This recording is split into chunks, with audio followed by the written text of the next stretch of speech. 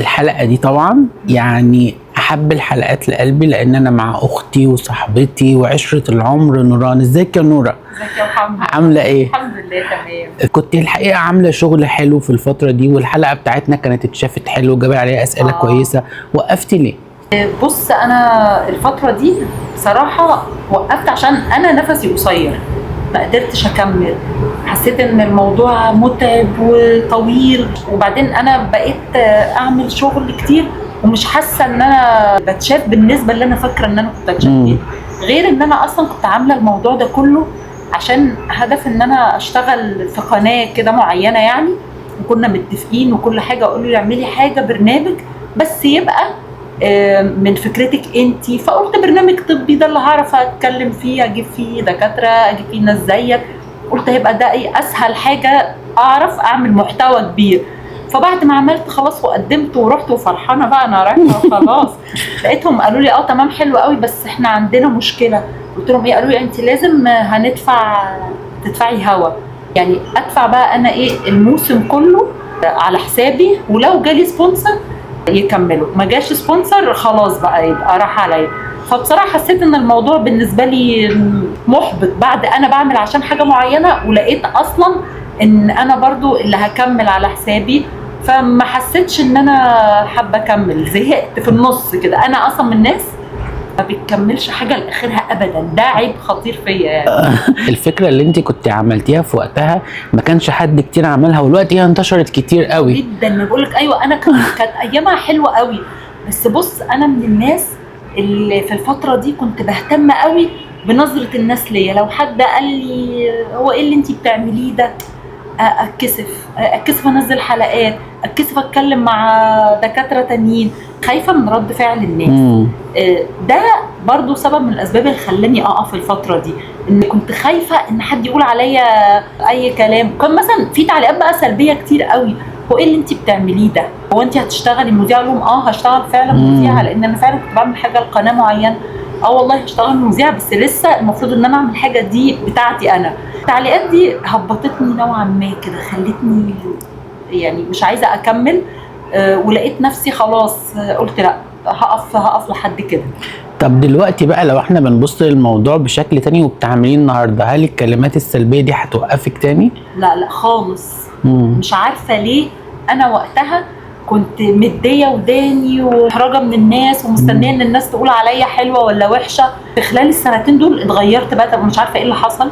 خدت كده قرار بيني وبين نفسي، ولا ههتم بكلام حد، ولا هستنى راي حد فيا، سواء نجحت سواء فشلت دي بتاعتي. وقلت خلاص يعني هعمل اللي انا عايزاه، ومش مستنيه بقى ان حد يجي يقول نوران انت بتعملي ايه، نوران ما بتعمليش ايه. ما بقتش اسمع لحد خالص تماما. فلو انا رجعت تاني هعمله احسن، ومش هدي للناس خالص وداني، ولا هفكر في حد، وهفضل انا ماشيه في طريقي. ايه اللي اتغير في وعي نوران خلاها تستقبل فكره الخساره؟ يعني انت زمان ما كنتيش قادره تستقبلي الخساره او النقد، النهارده بتقولي انا مش هاممني الناس، مفيش اي مشكله، ابدا من جديد ومش هيهمني اي حد. ايه اللي اختلف عندك جواكي في شخصيتك خلاكي تقدري تستقبلي النقد؟ انا فجاه كده حسيت ان انا كل تصرفاتي محسوبه عشان ارضي الناس، او كل تصرفاتي بخاف اعملها عشان راي الناس. طب هم ناس مالهم ومالي؟ يعني انا مالي ومال راي الناس؟ افرض هم اصلا بيقولوا عليا كده في وشي مثلا، او مستقلين باللي انا بعمله، بس هم من ورايا بيقول يا ريت نعمل حاجه، او ان انا خدت خطوه. لقيت نفسي كده ماشيه ورا كلام الناس. فده طبعا خلاني فجاه كده، وخصوصا بعد موضوع الكتابه هو اللي جرأني قوي. حسيت ان انا عملت حاجه لنفسي وبنفسي. وعايزه اقول لك ان انا موضوع الكتاب بتاعي ده ما حدش كان يعرفه خالص، قليل جدا جدا، لحد ما خلصت بدات ابعت لدار نشر ووافقوا على الكتاب. بدات اقول انا يا جماعه هعمل كتاب وهينزل في معرض الكتاب الجاي. اول النقطه دي اللي بدات اتجرأ لما عملت حاجه لوحدي وما قلتش لحد عليها.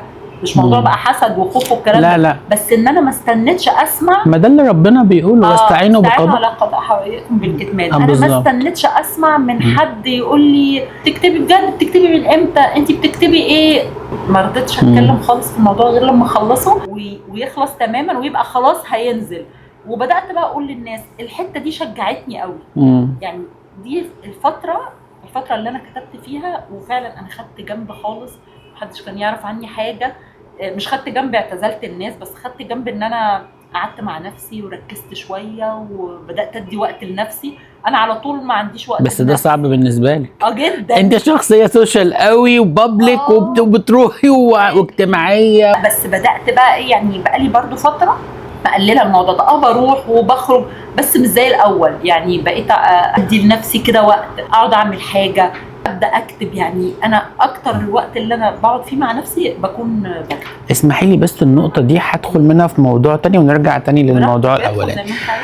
انت شخصيه اجتماعيه جدا وبابليك وبتخرجي وعندك اصحاب وكوميونتي مختلف بتاعك، بس بتيجي عند وقت معين البيت هو نمبر 1.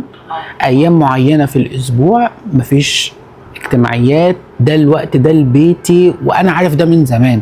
بس انا حابب برضو الناس تعرف الجزئيه دي عنك. انا اكتر حد مهم عندي البيت، اكتر حد مهم عندي. يعني انا لما زي الهرم كده، البيت والولاد وجوزي واهلي، وبعدين اصحابي بقى وحياتي الاجتماعيه. يعني انا اهم يعني انا ما بفضلش اي حد في حياتي على بيتي ولا على اهلي. ده حاجه كل اللي حواليا عارفينها. يعني اهم حاجه في حياتي هم دول بصراحه. خصوصا بقى انا عايزه اقول لك انا على حاجه، انا حياتي اتقسمت نصين من قبل سن ال 35 ومن بعد سن ال 35. من قبل 35 دماغي مش زي دلوقتي خالص، ولا حتى زي من كام سنه، لا كانت دماغي حاجه تانية. لا بس انا هختلف معاكي هنا. في مكالمه حصلت بيني وبينك يعني مش هقول زمان عشان من قبل ال 35 بينا كان مكالمه مهمه جدا. احنا اصدقاء عمر طبعا. قلت لك انت ليه مش مبسوطه؟ قلت لي انا نفسي اعمل حاجه لنوران ومش عارفه. ايوه صح، انا دايما اقول الكلمه دي. شايفه كل اللي حواليا وقفت جنبهم لحد ما نوعا ما وصلوا للحاجات اللي هم عايزينها. يقعدوا يقولوا لي لما انت ناجحه بنجاحنا. انا مش عايزه ابقى ناجحه بنجاح حد، هم نجاحهم على عيني وعلى راسي ومنسوب لهم. انا عايزه نجاح بتاعي، مش عايزه اكسر الدنيا، بس عايزه يبقى حاجه بتاعتي انا، يعني حاجه شخصيه بتاعتي بتاعت نوران. يعني نوران نجحت في حته معينه، بس ده اللي انا كان نفسي فيه من زمان ما كنتش عارفه اعمله.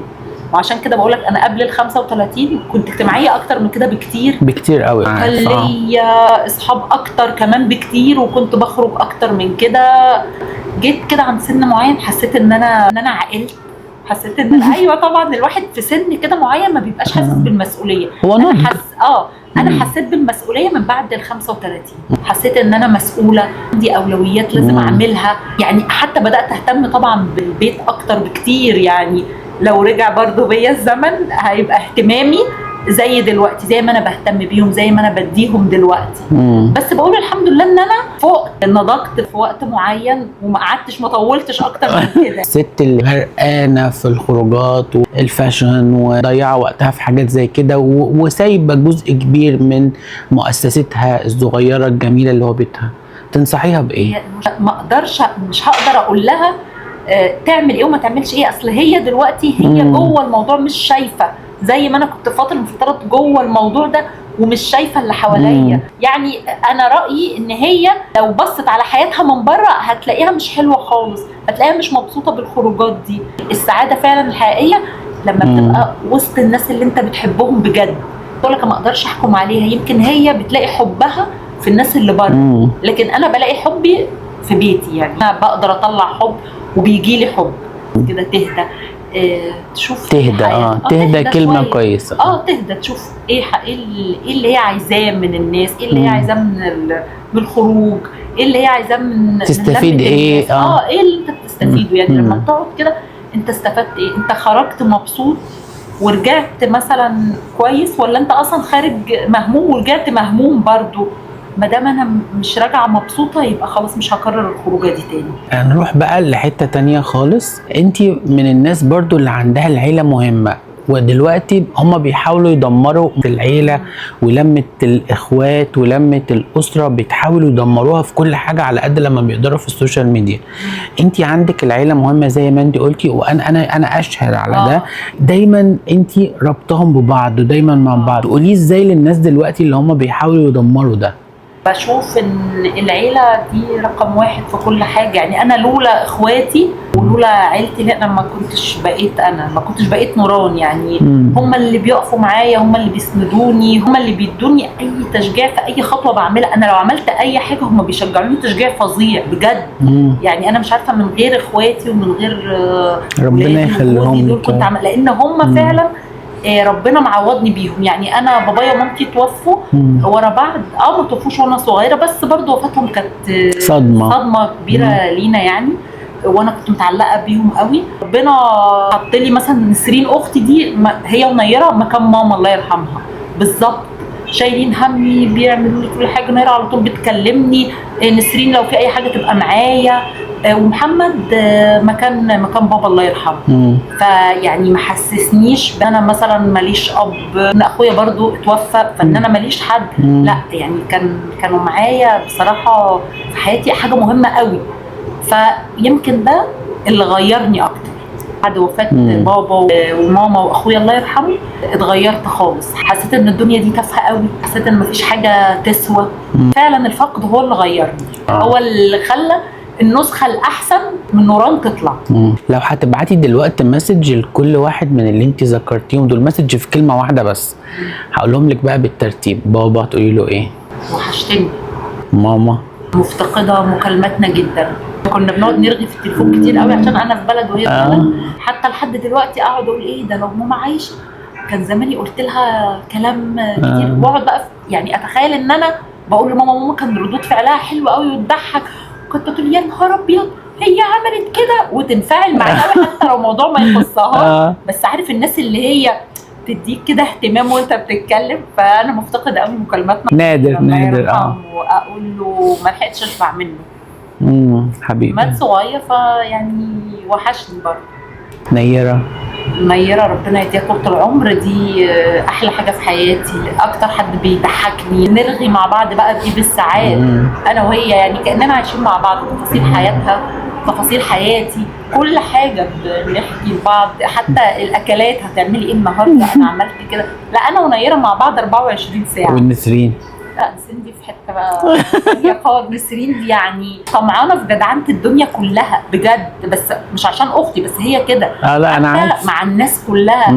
يعني ده انا بقعد اقول لها كفايه ودوده جدا، ودوده وجدعه وخدومه قوي قوي قوي. يعني لو حد طلب منها اي طلب لازم تعمله، لازم ما فيش مثلا اسمها ممكن تطنش. يعني انت ممكن تطلب مني طلب وانا انسى اصهين، لا هي ما فيش، تفضل لحد ما الطلب ده يتعمل. هي جدعه جدا جدا جدا، يعني من غيرها هي طول عمرها معايا. نسرين هي اللي مربياني اصلا من وانا صغيره، هي كانت محتضناني لحد النهارده كل حياتي، توأمي يعني.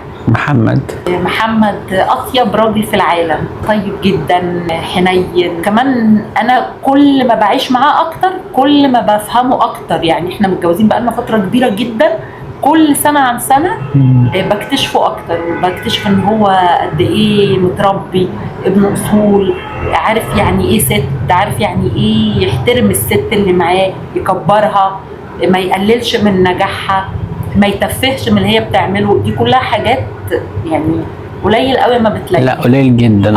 احلى ما كنت متوقعه. كل سنه عن سنه بحبه اكتر بصراحه. والبنات؟ البنات دول طبعا يعني انت اب وعارف. لا البنات دول نقطه ضعفي، يعني انا وهي دول نقطه ضعفي. كل حاجه هم اهم حاجه في حياتي. لو زعلوا دول بقى ببقى زعلانه وبتنكد. لو لقيت واحده شكلها متغير بفضل بقى مالك انت مين اللي مزعلك؟ طب حاجه حصلت لك؟ حتى هم على طول بيضحكوا عليا على الموضوع ده. لو واحده مكشره في ايه تقول لي اصل انا حد زعلني قوي. هم بيتريقوا عليا عشان انا رد فعلي على طول في الحاجات دي، ان انا ببقى خايفه عليهم قوي. فانا وهي دول نقطه ضعفي، اكتر حاجه بتمس قلبي. هنيجي بقى عند اهم نقطه النهارده. احنا النهارده قدام عمل فني، انا مش هقول ده كتاب، هو ده عمل فني بتاع نوران اسمه ذهاب بالعوده. انا حابب طبعا هنا اقول ان الغلاف الكفر الرسمه تحفه. ايه رايك؟ على فكره انا منقياه مع تحفه، الرسمه تحفه ومعبره جدا عن الروايات اللي جوه القصه. الروايات هم 4 قصص منفصله. تمام. انا حابب الاول ان احنا اقول الاهداء. انت خلاص اهديتي للعيله كلها وهديته لواحده صاحبتي. لواحده صاحبتك. ممكن تكلمينا عن الصديقه اللي هي سعاد شاهين؟ سعاد دي صاحبتي من واحنا اطفال، كنا جيران، وهي لحد دلوقتي صاحبتي. هي اول واحده ادتني روايه ما وراء الطبيعه بتاعت احمد خالد. احمد خالد الله يرحمه. اديتها لي وقالت لي ايه اقريها. هو كان باباها الله يرحمه قارئ كبير جدا. ان احنا كنا مثلا لما نروح عندها البيت كان عندهم اوضه الليفنج كده نصها كتب ومتغطيه. كنت استغرب قوي، هو في حد ممكن يقرا كمل يعني مش مكتبه بس، هي المكتبه خلاص ما بقتش مقضيه، الكتب كانت من الارض للسقف نص الاوضه. اكبر كم كتب شفته في حياتي. دي كانت اول مره ابدا اقرا بقى غير الحاجات اللي انا بقراها، بقعد اقرا القصص بقى بتاعتنا المكتبه الخضراء ومش عارف ايه وفلاش وميكي الحاجات دي. اول مره ابدا اقرا ما وراء الطبيعه دي هي اللي كانت قعدت بقى من ساعتها وانا حبيت القرايه جدا، وخلصت المجموعه دي وبقيت اخد منها. وفي حاجات هي بتاعتها لسه عندي، يعني ما وراء الطبيعه دي انا محتفظه بيها من وانا في اولى اعدادي. فانا حبيت اديها الهدايه عشان هي كانت سبب في ان انا احب القرايه. حابب برضو نتكلم في القصص جوه الروايه دي فيها القصص متصوره زي لما تكون شورت فيلم. تمام. انا حاسس برضو ان انت متاثره شويه بالسينما الاسبانيه، النقلات السريعه والتويستات جوه القصه وبندخل من حته لحته. ما بتفرجش على الاسباني خالص. لا ده يعني ما اول حد يقول لي التعليق ده بس. لا يعني النقلات بتاعه الفيلم الاسباني بالظبط، اللي هو مثلا تبقي في حته ويروح عامل تويست اخدك في حته تانية خالص بره الموضوع. انا بحب قوي في الكتابه بتاعتي ان هي تبقى حاجه غير متوقعه. وبحب قوي المفاجآت. يعني هو رغم ان الكتاب عدد صفحاته صغيره لكن هو مسلي وشيق، وبتحس ان انت كل عايزه تعرفي ايه انا اصلا بحب قوي القصص القصيره. ونفسي ابقى حد معروف في القصص القصيره. يعني انا بكتبه وانا شايفاه، يعني انا وانا بكتب ببقى شايفه زي ما انت بتقول، بس انا شايفه يعني هو زي ما يكون سيناريو. ايوه في قصه منهم انا شايفه، والله شايفه البطله لابسه ايه. فردوس. ايوه فردوس متخيله شكلها، متخيله لون بشرتها. يعني وانا بكتب ببقى متخيله كل حاجه. انا كتبت نوت على القصه بتاعت فردوس دي، انا حابب ان انا اقول لك عليها. فكره سميره بنته طلبت الحنان بتاع الاب، والاب افتكر ان ده تجرؤ عليه في انها تقتحمه عشان هو اتجوز على مامتها. النهارده في ترويج لفكره ان الراجل يتجوز تاني وتالت، اللي بيظلم هنا هم الاولاد. انت هنا لمحتي لده بشكل معين جوه القصه في سطرين 3 بس. كان قوي ان البنت راحت لابوها تقول له انت وحشتني، انت فين؟ وفجاه هو راح عامل لها عمليه رفض شديده جدا لان هو ما حبش الطريقه اللي هي بتتكلم بيها، بس هي كانت عايزه ابوها. الاحساس ده شفتيه في حته ولا اتوجد ازاي جوه الروايه؟ لا ما شفتوش في حته، بس انا كنت عايزه ابين الشخصيه اللي هو البطل. هو كان حنين جدا مع فردوس وحبيب وبيحبها وضحى بالدنيا كلها عشانها، مع انه هو مع اولاده ما عندوش عطاء ولا عنده حب ولا عارف يدي لاولاده الحب ده. يعني مش كل ما تشوف واحد مع مراته فظيع وحنين ورومانسي يبقى لازم مع اولاده كده. بالعكس في رجاله بيبقى حبهم مقتصر على الست اللي معاهم وبينسوا الولاد شويه. ده اللي انا كنت عايزه اوضحه. ابنه اللي اتجوز اقصد ان هم ما عزموش في الفرح، فهو اوريدي اساسا هو جنبهم خلاص واكتفى بفردوس. ومراته ما كانش ليها ذنب برضه، مراته ما لهاش ذنب بالظبط. يعني بس انا دي نزوه وعملها وكملها. هي مش نزوه، هو نزوه بالنسبه لهم. بالنسبه له هو حب، ده حب عمره. هو حب عمره. بس قصدي هو ظلم الطرف الثاني، ظلم اسره كامله عشان يرضي بس غروره، او مش يرضي غروره، يرضي نفسه وعايز يحب.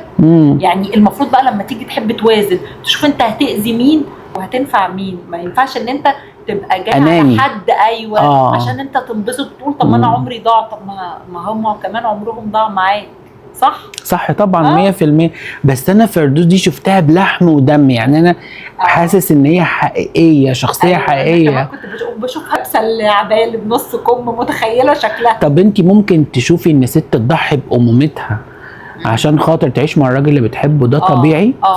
دي بشوفها بقى، يعني دي بالذات شفتها. بس تستاهل ان هي تعمل كده؟ ممكن تكون هي اصلا ما عندهاش غريزه الامومه جامده، او ما كانتش تحلم ان هي تبقى ام. ممكن تكون هي يعني ممكن تكون ست اصلا مش في دماغها ان هي تبقى ام. في ستات ما بيبقوش عندهم اصلا ان حابين الحته دي، فممكن يضحوا. بس لو بتتكلم عني انا شخصيا، لا ما تضحيش بامومتي عشان حد. فردوس كانت ست بتشتغل شغلانه المجتمع ما بيفضلهاش، ان هي كانت بتشتغل زي البارمان او الويتر، وامها كانت رقاصه، بس هي طالعه جوه العمل الفني منتهى الادب. ده ما بنشوفوش في الاعمال الفنيه، يعني احنا دايما عندنا الرقاصه بيبقى بنت ليل. والله هي يخلق من ظهر الفاسد عالم. هي كده مش شرط تبقى، يعني اصل انا ما بحبش برضو. وهو حتى عمل لها اختبار. ايوه انت كنتي قاصده ده تبينيك بشكل كبير.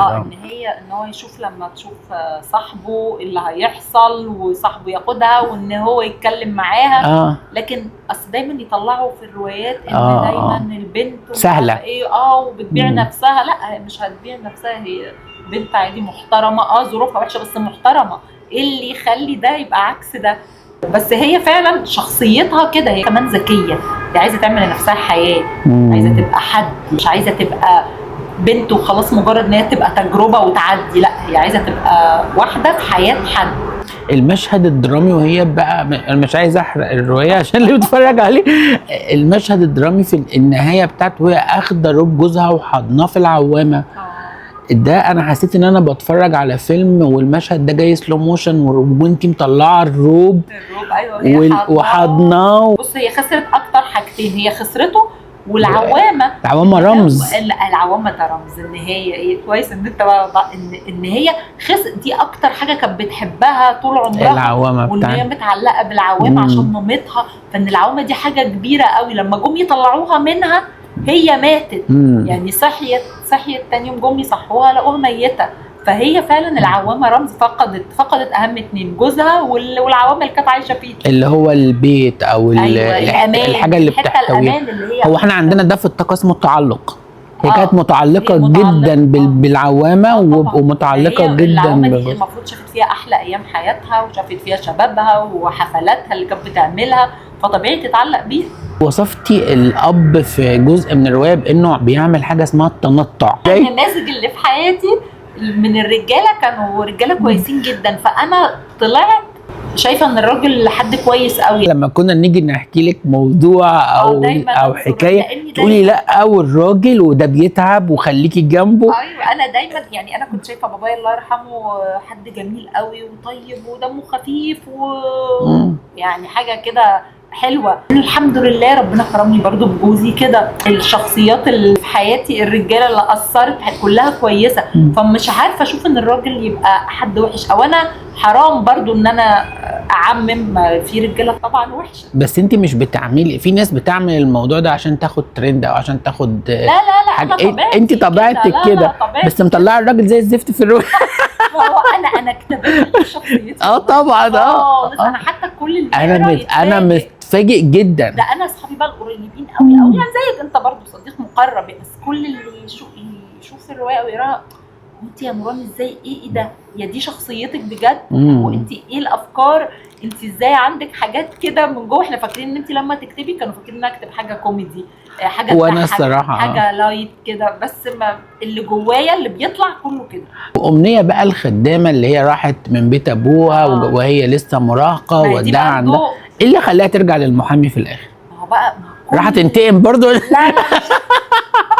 مش هتنتقم. بص، الحب الضايع، ما هي دي واحده طفولتها ضاعت وشبابها ضاع وحبها ضاع، اللي هي كانت فبتدور على اخر حاجه. لا، هو ده كان بالنسبه لها حلم. ولما شافته ام جه العوامه كان يعني خلاص. بس الدنيا ضحكت لي من جديد.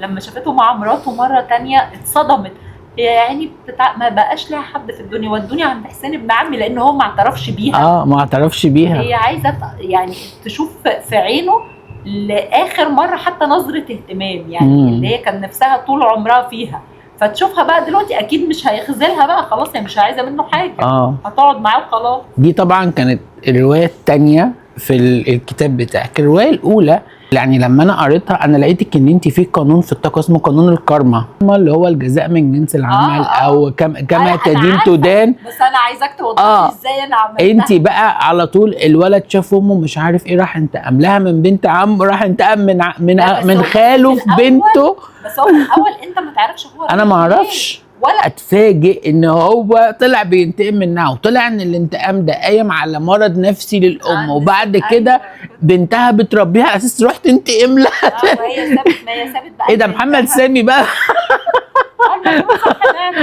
انا كنت قاصده ان هي الناس في الاول ما تبقاش فاهمه عادي قصه. هو فعلا زي ما انت قلت كله كان فاكر بقى هتروح تحب بنت خاله، وبعد كده مامته هترفض وهتقف له في الجوازه وهو هيحارب.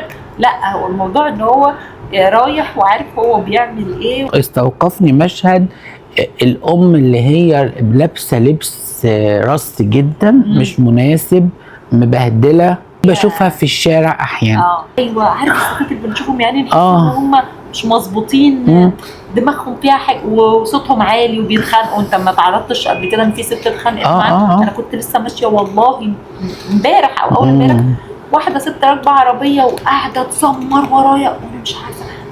ست اصلا كبيره، العربيه بتاعتها مخبطه، طبعا دي اكيد بتعمل كوارث بيها. دي نموذج زي النموذج دي، وكانت هتخبطني لمجرد ان هي تعديني عشان انا ماشيه بالراحه. عشان قصدي النماذج دي بتشوفها على طول، الستات اللي هو تحس ان هم متعصبين، شكلهم مبهدل، بيبقى جواهم حاجه محدش عارفها. ما انا هنا برضو يعني بناشد الناس اللي هي بتعاني من امراض نفسيه او من مشاكل نفسيه معينه تلجأ لمتخصص عشان ما يطلعش ده في الاولاد زي ما طلع في ابنها في الروايه.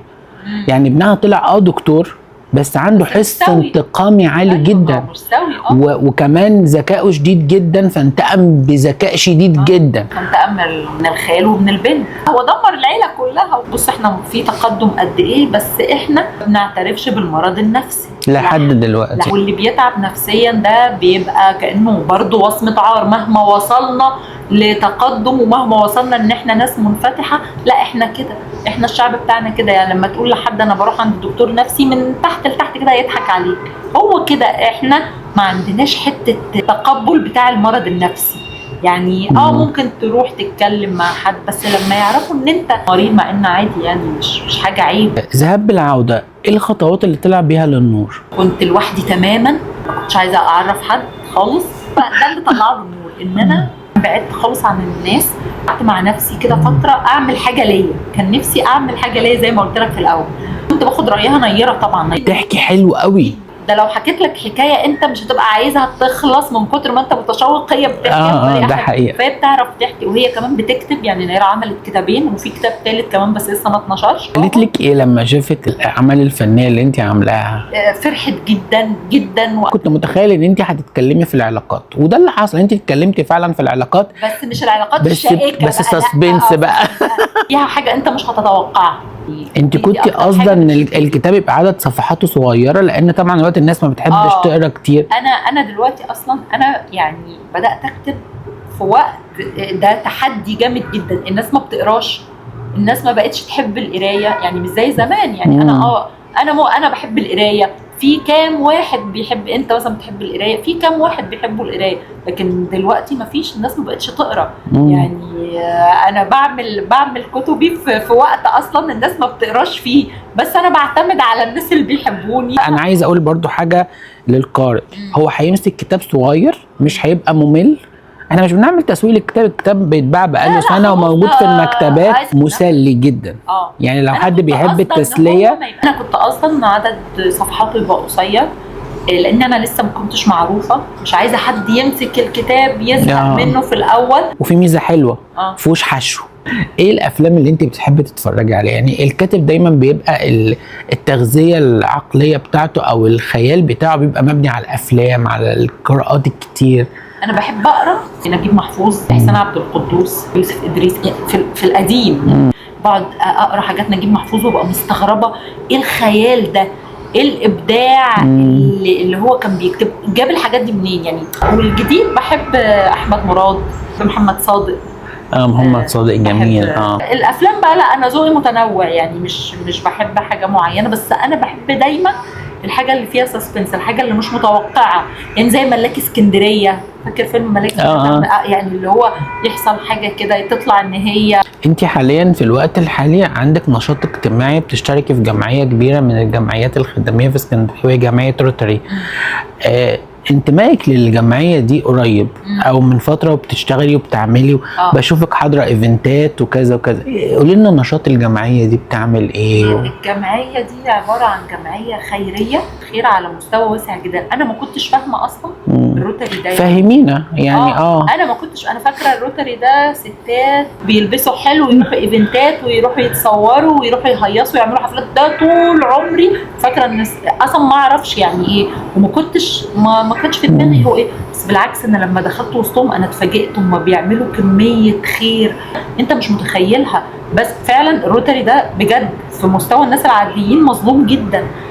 دول بيعملوا حاجات، وصلت ميه، بيعملوا دور ايتام، بيتكفلوا ببناء دور ايتام للمعاقين، المكفوفين، بيعملوا مشاريع. مفيش حاجه في الخير هم ايدهم مش فيها، يعني واصلين لمرحله بجد انا فخوره ان انا انتميت للجمعيه دي، مع اني انا ما كنتش عارفه اصلا عنها اي حاجه. انا زي دخلتها كده بالصدفه، بس ربنا بيحبني ان انا دخلت في حاجه زي كده ملهمه جدا، فيها حاجات حلوه.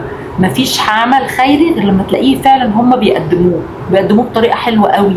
الندوات اللي احنا بنحضرها، احنا بنحضر ندوات كتير، الندوات دي بتبقى معموله بسعر معين، السعر ده بيبقى للجمعيه اللي احنا عاملين عشانها، محو اميه، جمعيه بهيه تبع ايادي. طب ادينا برضو فكره عن الموضوع. هم بيساعدوا سيدات طبعا محاربين مرضى السرطان، خصوصا الشهر اللي هو اكتوبر ده. فطبعا بنحاول نعمل ايفنتات. بنعمل الايفنت ده اصلا بيبقى ايه دوره، احنا مش جايبين بس عشان نتكلم، لا انا زي ما قلت لك احنا بندفع فلوس. كل واحد بيجي الايفنت ده بيدفع فلوس، مبلغ يعني. المبلغ ده احنا بناخده وبيدوه تبرع للمستشفى. انت كلمينا عن المشروع ده. يحاولوا يخلوا السيدات اولا، غير بقى موضوع ان هم العلاج طبعا والكشف والحاجات دي، هم كمان بيحاولوا يعملوا لهم مشاريع من بعد التعافي.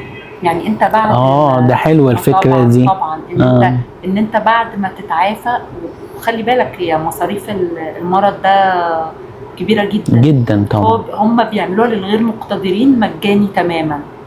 فطبعا دي حاجه يعني انسانيه قوي وجميله جدا، حلوه قوي قوي. يعني انا مبسوطه وخصوصا انتشار المرض كبير في البلد، في الستات كده اصلا معظم في السيدات. فبقول لك هم لا بيعملوا لهم دور مهم جدا. انا بشكرك بجد شكرا جزيلا. انا اللي بشكرك والله العظيم، انا اللي انبسطت بالاسئله الحلوه، وان انت اهتميت وقريت الكتاب كده وحللته لي، دي حاجه بسطتني قوي قوي.